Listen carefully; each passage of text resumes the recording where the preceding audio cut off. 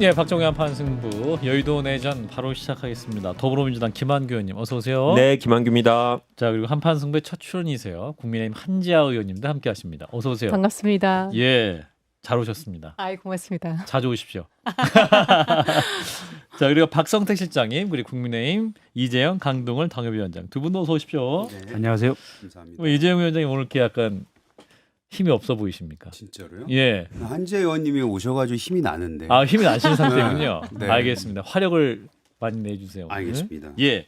자, 오늘 바로 현안으로 가보면 윤 전 대통령 오늘 특검이 이제 체포영장 집행을 위해 서울 구치소에 갔는데 2시간의 대치 끝에 이 대치라는 표현이 참 어떻게 생각해야 될지 일단 당사자의 완강한 거부가 있었다라는 것이 특검 입장인데 브리핑을 잠깐 보고 오겠습니다.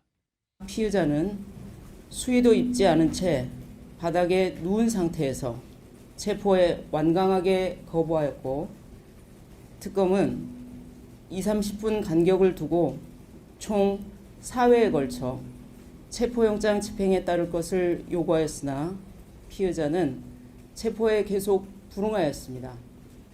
특검은 안전사고 등을 우려하여 물리력 행사를 자제하였고 결국 오늘 체포 집행을 일시 중지하였습니다. 그 과정에서 피의자에 대하여 차후에는 물리력 행사를 포함한 체포 집행을 완료할 예정임을 고지하였습니다. 예, 자 오정희 특검보의 언론 브리핑이었는데 일단 법조인이시니까 김한규 의원님 이 상황을 우리는 어떻게 이해해야 될까요? 제가 99년도에 사법시험을 붙었거든요. 예, 제가 아직도 모르는 사례들이 참 많구나. 상상하지 못했던 일들이 벌어지는구나. 그러니까 통상적으로 수감돼 있는 사람을 다른 사건으로 부르면 그냥 불려 나와서 조사실에서 수사를 하거나 아니면은 호송차로 검찰청으로 데려가서 수사를 받거든요. 예. 근데 그게 일반적인데 그렇게 안 하니까 특별히 체포영장을 새로 받았어요. 그런데도 집행을 안 한 경우는 제가 본 적이 없는데 물론 국민들께서는 아니 왜 애써 특검이 가갖고 집행을 못했느냐 불만을 가지신 분도 있겠지만 예, 저는 오늘 저런 상황을 국민들한테 그냥 보여주는 게 윤석열 전 대통령이 검사 출신으로 지금 수사기관을 어떻게 대하고 있는지 윤석열 전 대통령의 바닥을 보여주는 게 아닌가 정말 실망스럽고 12월 3일 날 그렇게 얘기하셨잖아요. 왜 국회의원들 못 끌어내냐고 4명에 1명씩 이렇게 들어서 끌고 나오면 되지 않겠냐라고 맞아요. 얘기하셨잖아요. 그래서 그 방법을 특검한테 권유하고 싶은데 아무래도 벗고 계시잖아요. 벗고 계신 분을 맨몸을 사실 공직자들이 이제 만지기가 좀 어색했을 거고 그래서 아마 팬티만 입고 저항하신 것 같은데 4명은 좀 무거워서 힘드실 것 같고 한 8명 정도씩을 배치해서라도 다음엔 집행하시는 게 낫다. 그렇지 않으면 앞으로도 이런 식으로 사람들이 체포영장에 저항하는 그냥 옷 벗고 대항하면 되는구나라는 잘못된 인식을 주지 않을까. 저는 이런 일들이 그래도 검사로 한평생을 보내신 분이 이런 식의 그 마지막을 이런 식으로 국민들께 보여주는 건 너무나 실망스럽습니다. 예, 우리 한지아 의원님은 첫 출연부터 굉장히 어려운 문제를 풀게 되셨는데 자 오늘 어떻게 보셨는지. 뭐 안타깝습니다. 예. 그리고 뭐 김한규 의원님의 말씀에 네. 동의를 안 하는 건 아닙니다. 네. 하지만 저는 이제 3특검을 다 찬성하지 않았습니까? 그렇죠. 네. 그렇기 때문에 특검이 좀 더 품격 있게 공정하게 가야 된다고는 생각합니다. 네. 지금 보면은 뭐 수의를 입지 않고 바닥에 누워 있었다라는 취지로 어떻게 보면은 윤 전 대통령이 그래도 대통령이었던 사람인데 그런 부분을 이렇게 노골적으로 공개하는 것, 특검에서. 네, 특검에서는 그거는 과연 맞는지에 대한 의문점을 갖게 되고요. 예. 그거는 특검이 설득을 못했기 때문이라고도 생각을 합니다.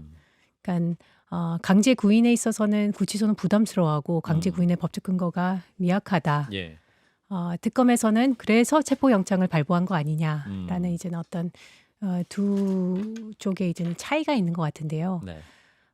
일단은 그런 특검이 이런 국민 여론을 망신 주기를 이용해서 좀 이용해서 이제 대통령을 움직이려고 윤 전 대통령 움직이려고 하는 거는 좀 안타깝고요. 좀 더 능력을 발휘해야 된다고 생각은 합니다. 예. 다만 국민들께서 대단히 윤 전 대통령의 모습을 대단히 불편해할 거고 이건 결코 국민의힘에게도 좋지 않습니다. 빨리 사법 절차를 따르고 품격 있는 모습을 윤 전 대통령도 보여주기를 촉구합니다. 예. 이제 법사위에서 정성호 법무장관이 질문을 받고 답변을 하는데 내용을 보면 이분이 수의를 원래 입고 있다가 특검이 오니까 다시 벗었다는 거 아니에요.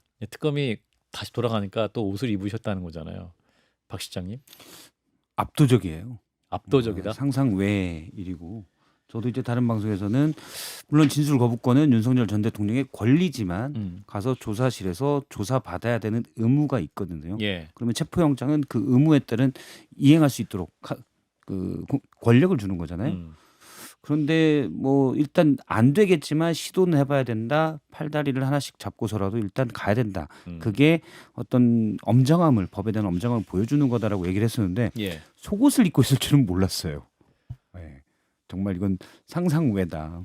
그러니까 속옷 입고 있으면 차마 이 자들이 나를 못 걸어가겠지 이 생각을 한 것 같아요. 근데 전직 대통령으로서의 품위 애초부터 기대는 안 했지만 이렇게까지 없을 줄 몰랐다라는 생각이고요.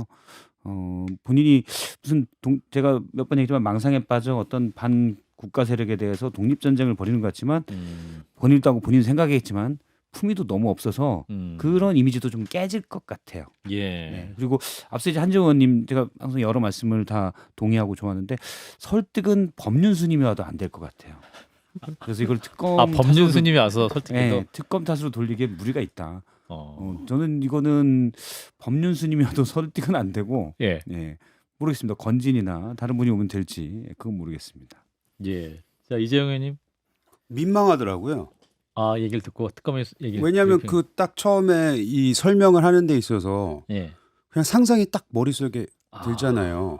이게 매지가이처럼 그치 이렇게 약간 그림이 그려지잖아요. 예. 그래서 윤석열 전 대통령의 이 품체를 보거나 그 평소에 그 모습을 보면서 그 속옷만 입고 있을 생각을 하니까 땅바닥에 누워서 예. 되게 민망해지더라고요. 잠시만요. 너무 구체적으로 묘사하지 마세요. 저기서 상상돼요. 구체적으로 했잖아 이미 벌써 앞으로. 근데 또 들리는 게 또 상상돼요. 그래서 예. 혹시 너무 그 안이 더우니까 그럴 수도 있겠구나라는 진짜 자조적인 생각까지 하게 되는데 예.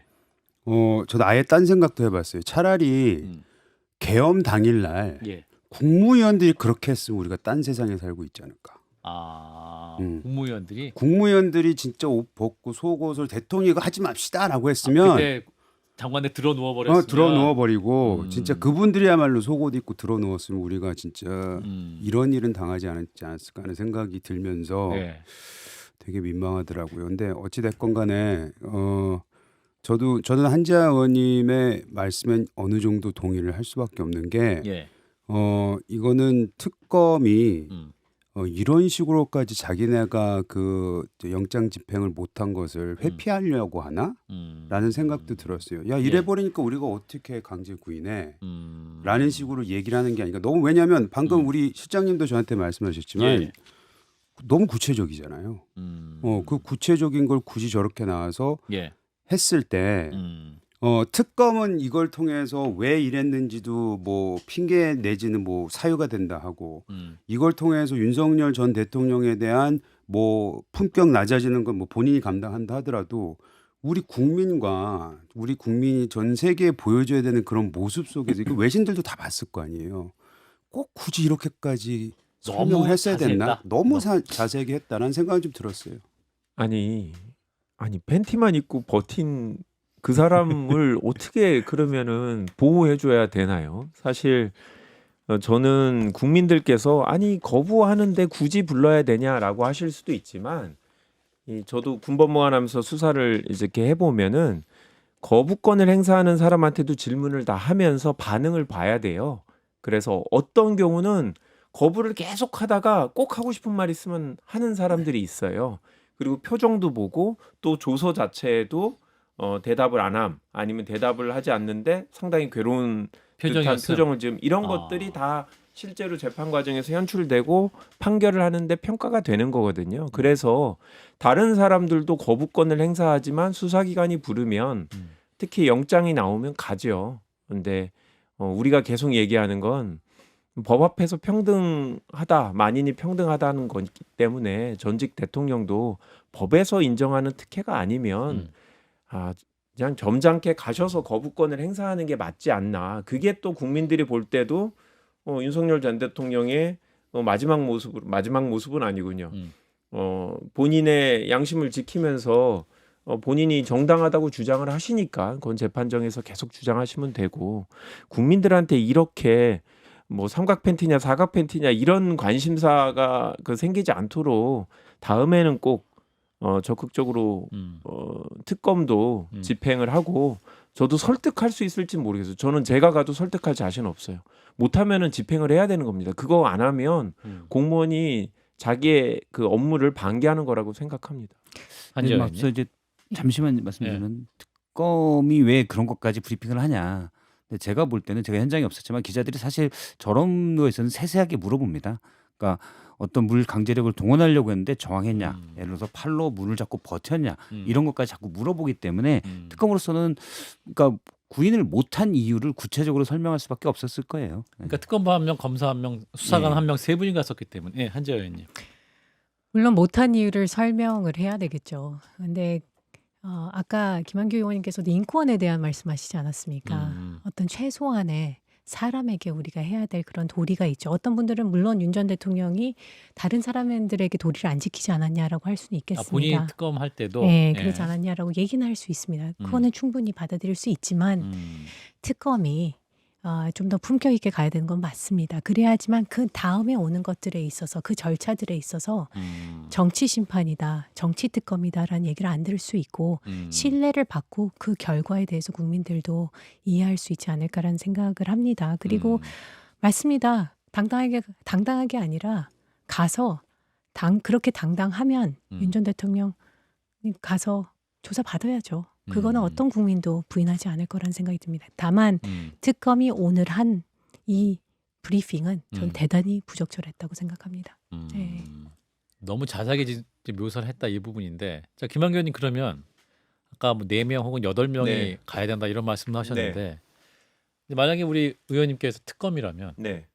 이제 다음에 차후에는 진짜 물력을 동원해서 하겠다 지금 이렇게 말한 거 아니에요? 네. 특검이 어떻게 하면 돼요? 그렇게 해야죠. 다른 8 방법이 명? 없죠. 8명이라 들어가라. 네. 들어서 그렇죠. 들어서 뭐 계속 옷을 안 입고 계시면 옷을 뭐라도 가리고 덮어 씌우고라도 담용하자, 담용. 그러니까 본인은 상관없어 할 수도 있지만 뭐 보는 사람이 혐오스러울 수도 있고 그다음 또 인권 문제도 있기 때문에 왜냐하면 교도소에서 차량이 실을 때까지 일단 교도관이라든지 다른 수용인들이 볼 수 있어서 그런 부분은 고려하지만 예. 그런데 이분이 특검도 다 공무원에 준하기 때문에 직무유기죄에 적용을 받거든요. 정당한 이유 없이 직무하지 않으면 처벌받아요. 예. 이분들도 문제가 될 수 있기 때문에 최선을 다해서 해야 된다라고 예. 말씀드리고 분명히 이 다른 범죄자들 앞으로 이런 일 있으면 윤석열하고 나하고 뭐가 다른데 하고 거부하는 사람들 많이 나올 거예요. 실제로 우리가 생각할 때 국민들이 그래도 윤석열 대통령은 전 대통령이니까 사람들이 예외를 인정해 주겠지 절대 그렇지 않습니다. 예. 범죄 피의자나 피고인들이 그런 분들이 아닌 분들이 엄청나게 많거든요. 제가 봤을 때 이 특검이 본인 사건만이 아니라 앞으로 법무행정을 어떻게 하는지의 기준이 될 수 있기 때문에 적극적으로 하되 인격적인 모욕감은 주지 않을 수 있는 방안은 찾아야겠죠. 네. 어렵네요. 그런데 이런 가운데 이제 그 윤 전 대통령 구속 기간 중에 총 접견 인원이 348명, 거의 350명을 만나네요. 그리고 윤상현, 권영세, 김민전, 이철규, 김기현 의원 등이 포함됐다고 합니다. 선풍기와 18인치 TV도 있었다라고 하는데, 자 심편 변호사가 말한 것처럼 생지옥은 아니지 않냐 뭐 이런 반론도 있긴 합니다만 한지아 의원님은 없는 거죠? 한지아님 없으시죠? 혹시 조용히 갔다 오셨나 해갖고 안타깝게도요. 아마 제가 접견 간다 그래도 거부하실 겁니다. 윤 전 대통령이 그러셨을까요? 예. 우리 의원님이 또 의사시니까 사실은 지금 윤 전 대통령이 이렇게 거부한 상황이 이제 구체적으로 묘사가 됐잖아요. 그럼 의사로서 판단하시기에 수사를 못 받을 상황은 아니지 않겠느냐? 뭐 제가 윤 전 대통령을 직접 만난 건 아니니까 예, 예. 그건 제가 판단하기는 어렵습니다. 다만 예. 거기에 의사 과장이 조사를 받을 정도의 건강 상태 악화는 아니라는 음. 얘기를 했었죠. 음. 하지만 지금 상태가 안 좋으면은 예. 그런 것들에 대한 치료나 진료는 적극적으로 받아야 되는 건 맞습니다. 네, 그러면은 정말 그런 건강 상태냐? 아까 말씀했듯이 의료 과장이 객관적인 얘기를 본인도 이게 굉장히 민감한 사항인데 그렇죠. 예, 아마 정확하게 얘기하지 않았을까라는 말씀으로 대체합니다. 예, 알겠습니다. 지금 특혜가 많이 제공되고 있는 거예요. 음. 그러니까 제가 옛날에 그 박근혜 전 대통령에 대한 그 수사가 진행 중일 때 제가 다른 건으로 접견을 간 적이 있었거든요. 예. 제 고객이 구속돼 있었는데 저한테 변호사님 저기 보세요. 저 누구 있어요 하고 딱 보니까 예. 다 유명한 분들이 변호사 접견실을 하루 종일 지키고 있더라고요. 보니까 특별히 무슨 얘기를 하지도 않고 그냥 시간을 버티는 거예요. 왜냐하면 여기가 훨씬 시원하고 편하니까. 그런데 윤석열 전 대통령은 거기서도 아니었다는 거예요. 거기는 유리창으로 돼 있어서 다 보이거든요. 저랑 제 고객만 하나의 유리창 칸막이로 이제 막혀 있는데 들어가 있고 예. 또 다른 고객과 다른 변호사는 그렇게 돼 있어 서로 다 보여요. 그러다 보니까 필요하면 뭐 물리적으로 가서 공격을 할 수도 있다는 이유로 지금 이분 그 윤석열 전 대통령은 변호인 접견을 어디서 하고 있냐면 다른 사건으로 경찰이나 뭐 검찰이 가서 조사를 하는 조사실이 있거든요. 거기에다가 드라마에 보면 나오잖아요. 보통 테이블 앞에다 놓고 이렇게 양쪽에 앉아 있는 이런 데서 지금 특별히 변호사 접견을 할 수 있게 해주는 거거든요. 그러니까 아주 지금도 좀 특혜가 제공되고 있다. 물론 되게 덥다고 해요. 제가 다른 분 접견을 최근에 갈 일이 있었는데 여름이니까 엄청 덥고 더울 거예요. 밖에보다는 훨씬 어려운 여건이죠. 그런데 여하튼 범죄를 저질러서 의심이 있어서 피의자나 피고인으로 수감된 사람이 밖에 있는 일반 국민하고 동일한 대우를 기대하는 거는 안 되는 거 아닌가요? 예. 근데 한지영님. 접견은 할 수 있는 거 아닌가요? 이번에 아마 제가 알기로 오원식 의장님께서도 조국 전 대표를 접견한 걸로 알고 있는데 어느 장소에서 했는지는 모르겠습니다만 말씀하신 대로 영화에 나오는 그건 장소 변경 곳에서. 접견이라고 해서 국회의원들이 가게 되면 그런 데서 할 수 있게 해줘요. 그런데 그래서 그 말씀 변호사들을 그렇게 해주진 않거든요. 근데 지금 윤석열 알겠습니다. 전 대통령은 변호인 접견을 그렇게 해주고 있다. 예. 네. 자, 그리고 이제 이상민 전 행안부 장관 이분이 네. 이제 단전 단수, 언론사에 대한 단전 단수를 지시한 혐의를 받고 있는데 이제 구속됐습니다. 이 전 장관의 지시가 소방본부와 일선 소방서에 전파된 정황을 특검에 포착했다고 전해지는데 내란죄 공동 정범 가능성이 커지는 거죠. 그렇죠.